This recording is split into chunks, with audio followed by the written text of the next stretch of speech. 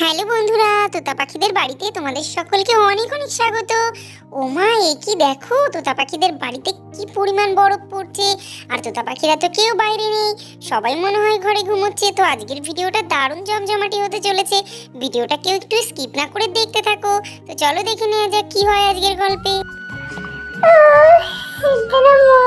আবার টয়লেট পেয়েছে, কি জ্বালা রে বাবা।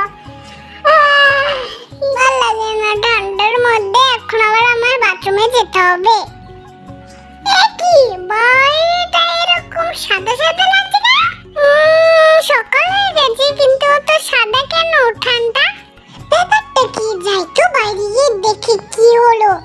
ওরে বাবা, বরফে তো আমাদের বাড়িটা চেনে যাচ্ছে না, পুরো ঢেকে আছে। ওরে বাবা রে, কি শীত! ও বাবা, কি বরফ পড়ছে! বাইরে কিচ্ছু দেখা যাচ্ছে না, শুধু সাদা সাদা। ও কি শীত রে বাবা, বরফে তো আমার গায়ে মনে ঢেকে যাবে। যাই যাই, মা দিদি ভাইকে দেখে তুলি, তাড়াতাড়ি করে বলি যে আমাদের বাড়িতে বরফ পড়েছে, দেখাবো সবাইকে এনে। মা, পিসিমণি তাড়াতাড়ি ওঠো, দেখো আমাদের বাড়িতে পুরো বরফে ঢেকে আছে, দেখো তাড়াতাড়ি ওঠো। আর কত ঘুমাবে, তাড়াতাড়ি তো ওঠো, বাইরে চলো দেখবে। সাত সকালে পাখি ডাকছিস কেন? ঘুমটা ভাঙালি তো, এখনো তো মনে হয় ভোর হয়নি, আর তুই ঘুমটা ভাঙিয়ে দিলি তো আমার। মামা, দেখবে চলো, বাড়িটা পুরো বরফ পড়ে সাদা হয়ে গেছে, বাইরে দেখবে চলো তাড়াতাড়ি করে। বরফ? কোথায় বরফ? কোথায় বরফ? কোথায় বরফ পড়েছে মা? কোথায় বরফ পড়েছে? বরফ? বৌদি কি বলছো বরফের কথা? কোথায় বরফ পড়েছে গো? আরে দেখো না, সাত সকালে পাখি এসে চেঁচামেচি করে ঘুমটা ভাঙলো আমার, বলছে কিনা বাইরে নাকি বরফ পড়ছে। ক্রিসমাসের দিনও তো বরফ পড়েছিল, তাই না? মনে হয় সেরকমই পড়ছে। না না মা, সেরকম বরফ নয়, অনেক বরফ পড়েছে, বাড়িটা পুরো সাদা হয়ে যাবে। আগের দিন তো অল্প বরফ পড়েছিল, আজকে চলো দেখবে পুরো বাড়িটা সাদা হয়ে গেছে। ও, কি যে বলছিস পাখি, তো এই আমাদের গ্রামে এমনিতে বরফই কোনোদিন পড়েনি। তাও তো আগের দিন ক্রিসমাসের রাতে বেশ ঠান্ডা ছিল, তাই দেখছিলাম হালকা হালকা বরফ পড়ছিল। তুই আবার বলছিস আজকে নাকি পুরো বাড়ি বরফে ঢেকে গেছে, তাই আবার হয়? অত বরফ আমাদের এখানে পড়তে পারে?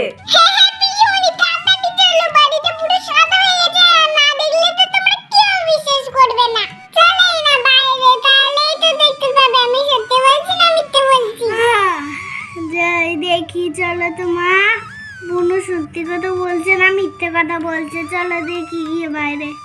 হ্যাঁ হ্যাঁ, চলো, সবার ঘুম যখন ভেঙে গেছে বাইরে গিয়েই দেখি। টুবলু ঘুমাচ্ছে, ঘুমাক, চলো আমরা সবাই বাইরে গিয়ে দেখি কীরকম বরফ পড়ে বাড়ি সাদা হয়েছে। আরে বাবারে, সত্যিই তো দিয়া, দেখো পাখি তো ঠিকই বলেছে, আমাদের তো পুরো বাড়ি বরফ পড়ে ঢেকে গেছে।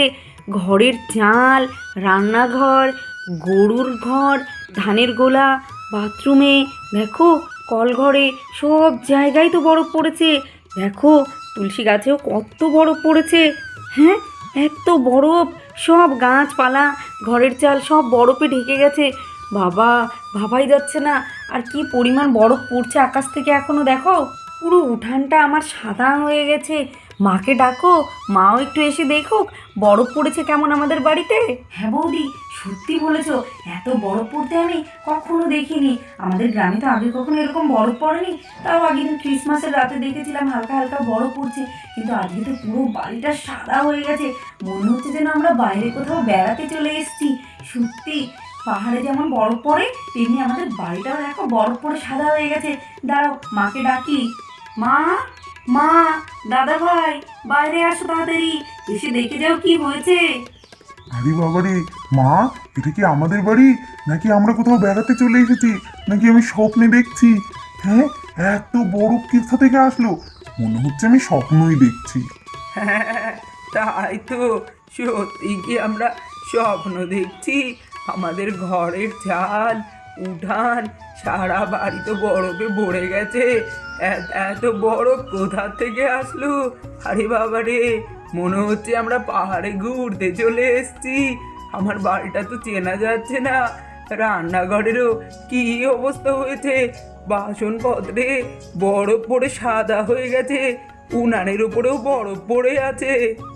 এবার তোমরা তো কেউ আমার কথা বিশ্বাস করছিলে না, এবার বিশ্বাস হলো তো সবার। কি কি সবসময় মিথ্যে কথা বলে নাকি মাঝে মাঝে সত্যি কথাও বলে? দেখেছো তো বাড়িতে কত বরফ পড়ছে, দেখো আকাশ থেকে এখনো কত বরফ পড়ছে। সত্যি তো বোনো, আমাদের বাড়িটা পুরো বরফে সাদা হয়ে গেছে। আর এইদিকে দেখ, কালুর গায়ে তো পুরো সাদা বরফ। কালু তো থপথপ করে কাঁপছে রে। মুরগিগুলোর গায়েও কেমন বরফ পড়েছে, কি মজা! মাম্মা, মুরগিগুলোর শীত লাগছে, শীতে মুরগিগুলো কেমন ডাকছে দেখো মা। কালু ডাকছে আর ওইদিকে গরুগুলোও তো ডাকছে।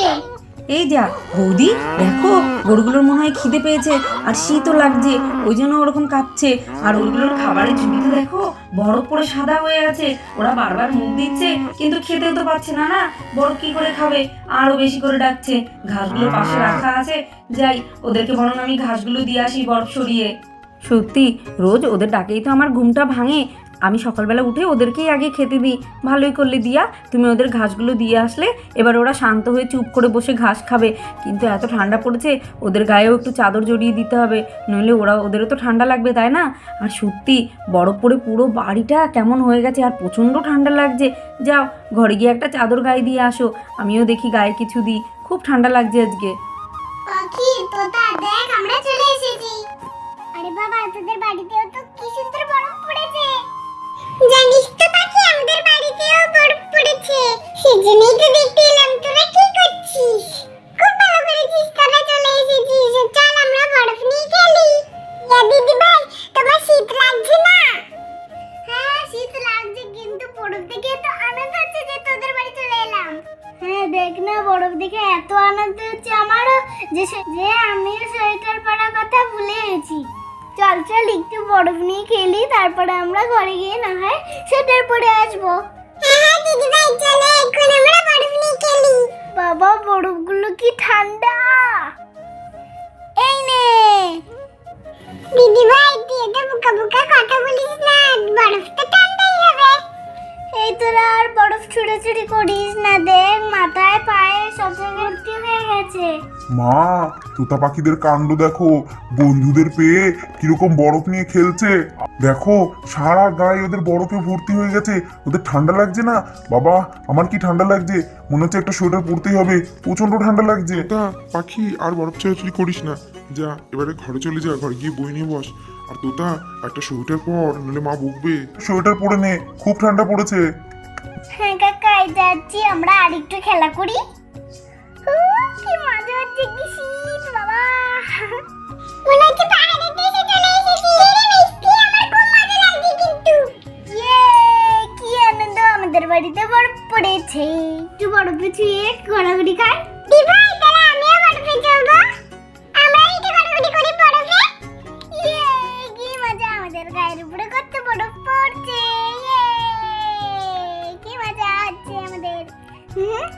বরফ পড়ে পুরো গাটা ঠান্ডা হয়ে যাচ্ছে তো দেখছি। ও বাবা, কি শীত লাগছে! সত্যি তো খুব শীত লাগছে, সোয়েটার না পরে বরফের মধ্যে সে পুরো গাটা ঠান্ডা হয়ে গেল। কি শীত লাগছে তোতা, দেখ কি শীত! কি এই ঠান্ডার মধ্যে সোয়েটার না গায়ে দিয়ে তোরা চারজন মিলে কি করছিস? হ্যাঁ, এত ঠান্ডা পড়েছে, হ্যাঁ এর মধ্যে তোরা কি করছিস বাইরে? ভালো হয়েছে টুবলুটা এখনো ঘুমোচ্ছে, ও ভাগ্যিস বুঝতে পারেনি বাইরে এত বরফ পড়েছে আর এরা চারজন মিলে এত দুষ্টুমি করছে। সে থাকলে সেও তো এদের সাথে দুষ্টুমি করতো। আয়, এক্ষুনি যে যার বাড়ি চলে যাও, আর তোমরা দুই বোন ঘরে গিয়ে সোয়েটার পরো আর ঘরে গিয়ে বই নিয়ে বসো, যাও। পাখি, তুই তো তাও একটা সোয়েটার পরেছিস, আর তোর দিদিকে দেখ, তোতা যেন দিন দিন আরো বেশি দুষ্টু হয়ে যাচ্ছে। একটা গায়ে সোয়েটার চাদর কিচ্ছু নেই, এই ঠান্ডায় বরফের মধ্যে গড়াগড়ি খাচ্ছে। তাড়াতাড়ি দুই বোনে ঘরে চলে যাও, নইলে আমি কিন্তু দুজনকে এবারে মারবো। ওরে বাবা, মা চলে এসছে, এবার তো খুব পিটাবে। যাই যাই, আমি ঘরে গিয়ে সোয়েটার পরে বই নিয়ে বসি। কি শীত, কি শীত! বাবারে, যাচ্ছি রে মা, আমি যাচ্ছি ঘরে গিয়ে। বাবা, সোয়েটার পরে বই নিয়ে বসছি। বাইরে থাকা যাবে না দেখছি, কি বলবো রে বাবা। বোন চলে আয় তাড়াতাড়ি করে। হ্যাঁ মা, আমিও যাচ্ছি এক্ষুনি, আমিও এখানে বই নিয়ে বসবো। তুমি আর রাগ করো না মা, আমি এক্ষুনি চলে যাচ্ছি ঘরে। হ্যাঁ কাকিমা, আমরা এক্ষুনি যাচ্ছি, আমরাও ঘরে গিয়ে বই নিয়ে বসবো। বাবা কি ঠান্ডা, কি শীত লাগছে।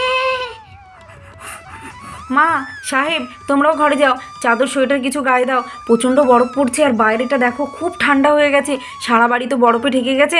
আমিও দেখি একটা সোয়েটার পরে বাড়িটা আগে পরিষ্কার করি, বরফগুলো সরিয়ে দেখি রান্নাঘরে রান্নার ব্যবস্থা করি। রান্নাঘরে তো বরফে সাদা হয়ে গেছে, পুরো রান্নাঘর তো ঢেকে গেছে, উনান টুনান তো ভর্তি হয়ে গেছে বরফে। দেখি বরফগুলো পরিষ্কার করে রান্না বসাই। তোমরা যাও ঘরে গিয়ে সোয়েটার চাদর পরো। তো বন্ধুরা, আজকের মতো এখানেই বিদায়। তোমরা সকলে ভালো থেকো, সাবধানে থেকো।